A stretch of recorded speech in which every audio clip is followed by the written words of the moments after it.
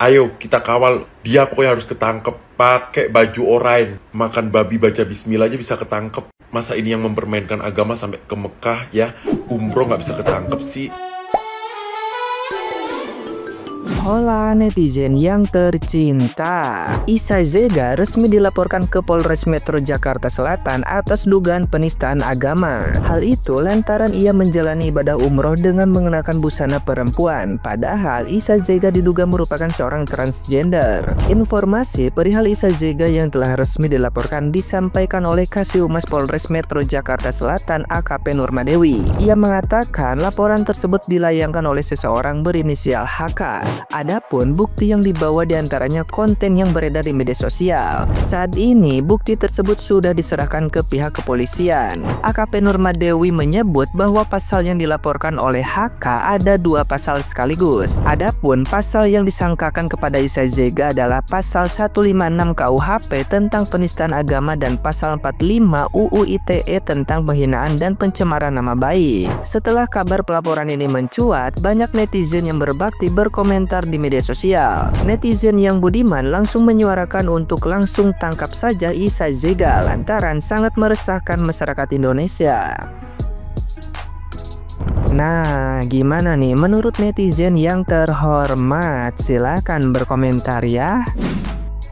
Transgender Isa Zega atau Syahrul resmi dilaporkan ke polisi. Tahun baru masuk bumi. Transgender Isa Zega atau lebih dikenal sebagai Mami Online atau Syahrul gitu ya guys. Kabarnya ini sudah resmi dilaporkan ke polisi atas penistaan agama. Seseorang berinisial AK ini melaporkan Isa Zega dengan tuduhan penistaan agama gitu ya guys. Dengan berita-berita yang beredar kalau Isa Zega ini umroh dengan pakaian wanita gitu. Isa Zega ini tuh sudah diperingatkan di beberapa hari yang lalu gitu sebelum dia melakukan perjalanan ke Mekah gitu guys untuk membatalkan umrohnya dan kembali ke Indonesia, atau kalau tidak bakalan dilaporkan ke polisi. Dan tapi ternyata Isa Zega ini tuh tidak menghiraukan peringatan tersebut gitu guys dan masih melanjutkan perjalanan umrohnya ini ke Mekah. Karena peringatan yang diberikan ini tidak dihiraukan oleh Isa Zega dan bahkan Isa Zega ini tuh malah menantang gitu guys. Maka seseorang berinisial AK ini langsung melaporkannya ke polisi gitu. Dan kabarnya Isa Zega ini akan diprediksi masuk bui ini pada tahun baru atau pada awal tahun 2025 gitu guys. Karena kan penistaan agama ini kayaknya lebih cepat ya gitu. Pokoknya nggak ada henti-hentinya orang-orang speak up sebelum Isa Zega segera diproses. Jelas-jelas itu udah salah menistakan agama. Kalau kalian bilang banyak kok waria yang pakai hijab, ya konteksnya berbeda. Itu dia sekedar menggunakan, walaupun sebenarnya nggak boleh. Tapi si Syahrul ini menggunakan sambil proses ibadah. Sakral itu, umroh itu ibadah. Jadi nggak bisa dimain-mainkan, nggak bisa dibuat sembarangan. Ya, di situ poin pentingnya. Dan satu lagi nih untuk travel umrohnya, ya Mbak Sela Saukia, tolong speak up. Kalau salah yang aku salah minta maaf. Udah, nggak usah malu, nggak usah gengsi. Kalau salah yang aku salah. Dengan kayak gitu kan kau bisa meredam kemarahan netizen. Kalau kau diam aja terus-terus seperti itu, ya udah makin ngamuk ini netizen. Dijelaskan kronologinya seperti apa. Kalaupun ada kau mau membela diri, jelaskan biar nggak sepenuhnya kau disalahkan. Ini nggak, kau santai aja kayak gitu, tenang-tenang kau kayak gitu. Nggak tahu kok satu Indonesia ini udah huru-hara. Dan kabarnya si Syahrul pun sekarang udah pulang ke Indonesia lewat pintu belakang. Nggak tahu siapa yang menyelamatkan, nggak tau siapa di belakangnya udang di balik bakwan. Kalau udah pulang ke Indonesia segera diproses. Kemana dia sekarang berondok? Di mana dia? Syahrul, emang lu tuh manusia paling gak ada otak tau gak? Lu mau potong aja silakan, gak ada gunanya juga, ya kan itu lu, ya kan? Potong, buang ke tong sampah, atau nggak kasih makan anjing. Tapi ketika lu lagi beribadah, ya lu hormatin siapa? Hormatin orang lain, ya.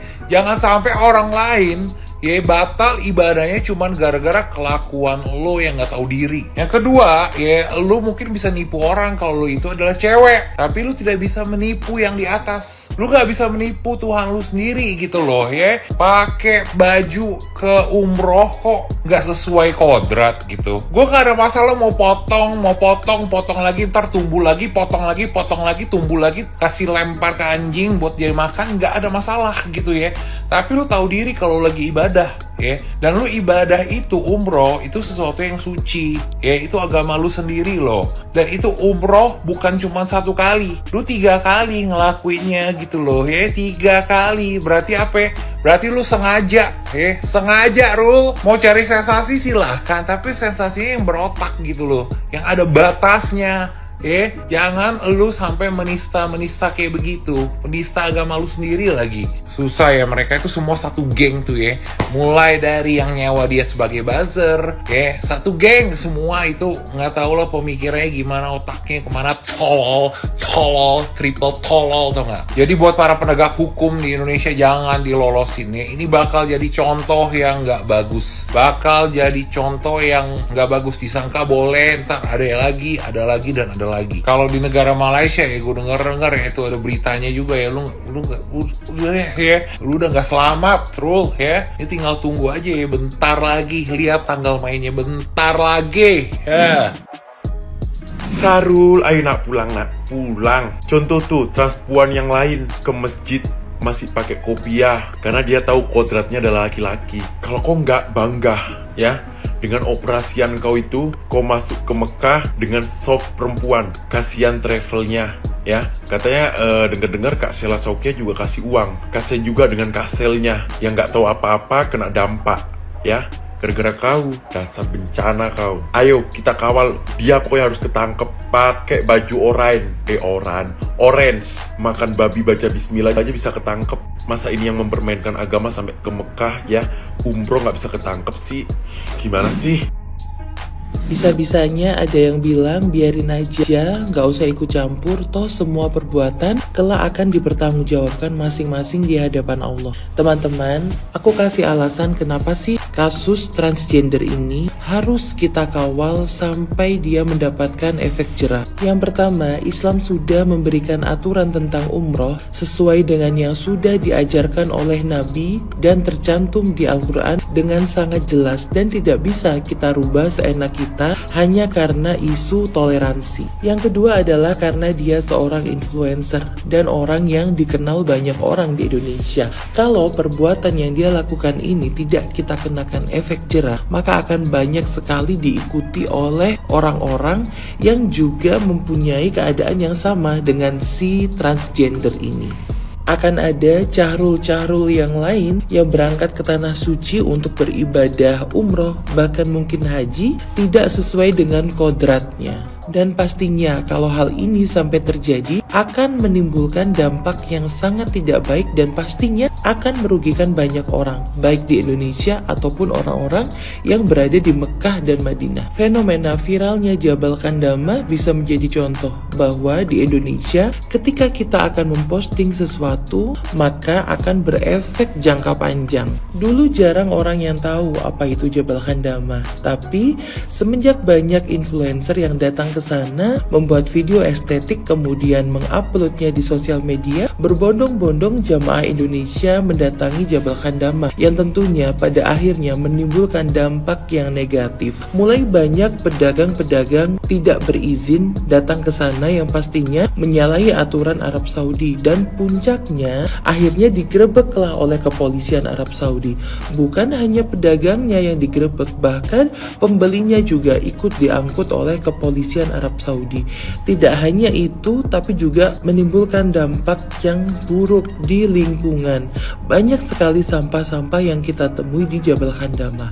Itulah efeknya seorang influencer. Contoh yang kedua, banyak influencer yang membuat video mengejar-ngejar burung merpati di Mekah dan Madinah, yang akhirnya sekarang kalau kita scroll sosmed kita tentang Baitullah, pasti akan kita temukan video orang Indonesia yang mengejar-ngejar merpati di Mekah dan Madinah. Padahal hal ini tidak sesuai dengan adab. Merpati yang lagi enak-enaknya makan, sedang bersantai, tidak selayaknya kita ganggu dengan cara seperti itu hanya demi mendapatkan video estetik. Ingat teman-teman, ini tidak sesuai dengan adab kita di tanah suci. Ada juga nih influencer yang berumroh ke tanah suci menggunakan baju yang full shimmer, baju yang full mengkilat. Nah, selang beberapa saat setelah itu banyak sekali aku jumpai jamaah umroh Indonesia yang menggunakan baju yang bling-bling, yang shimmer. Padahal hal itu sangat tidak wajar kita temukan di tanah suci karena notabene banyak wanita yang berada di Mekah Madinah menggunakan baju berwarna hitam atau gelap. Nah, itulah maksudku teman-teman, dampak seorang influencer melakukan sesuatu kemudian diposting di sosial media, maka selang beberapa saat setelah itu akan kita temui orang yang mengikutinya. Nah, jangan sampai hal ini terjadi kepada kasus Syahrul kemarin yang umroh tidak sesuai dengan kodratnya. Jangan sampai hal ini kemudian diikuti oleh banyak Syahrul yang lain. Makanya dalam hal ini kita tidak boleh diam. Kita harus mengawal kasus ini sampai Syahrul benar-benar mendapatkan efek jerah. Terakhir kita doakan ya saudara-saudara kita yang mempunyai kondisi seperti Syahrul supaya Allah lembutkan hatinya, Allah kembalikan sesuai dengan kodratnya, dan kelak Allah mengumpulkan kita semua di surganya Allah yang kekal tanpa hisab. Amin.